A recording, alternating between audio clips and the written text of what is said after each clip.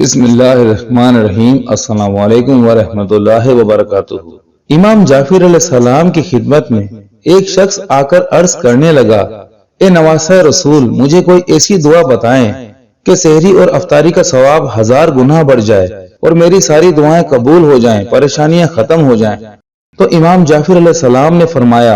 اے شخص، جب بھی رمضان میں روزہ رکھو تو سحری اور افطاری پر سورہ قدر پڑھو اور پھر اللہ رب العزت سے اپنی دعا مانگو، کیونکہ اللہ کے رسول صلی اللہ علیہ وآلہ وسلم نے فرمایا، جو انسان سحری اور افطاری پر سورہ قدر پڑھتا ہے تو اللہ اس کے روزے کے ثواب کو 1000 گنا بڑھا دیتا ہے اور اس وقت مانگی ہر دعا کو فوراً قبول کر لیتا ہے اور اپنے فرشتوں کو حکم دیتا ہے کہ اس کی زندگی سے تمام پریشانیوں کو ختم کر دو، تمام مصیبتوں کو مٹا دو اور غیب کے خزانے سے اسے وہ عطا کر دو جو یہ اپنے لیے چاہتا ہے۔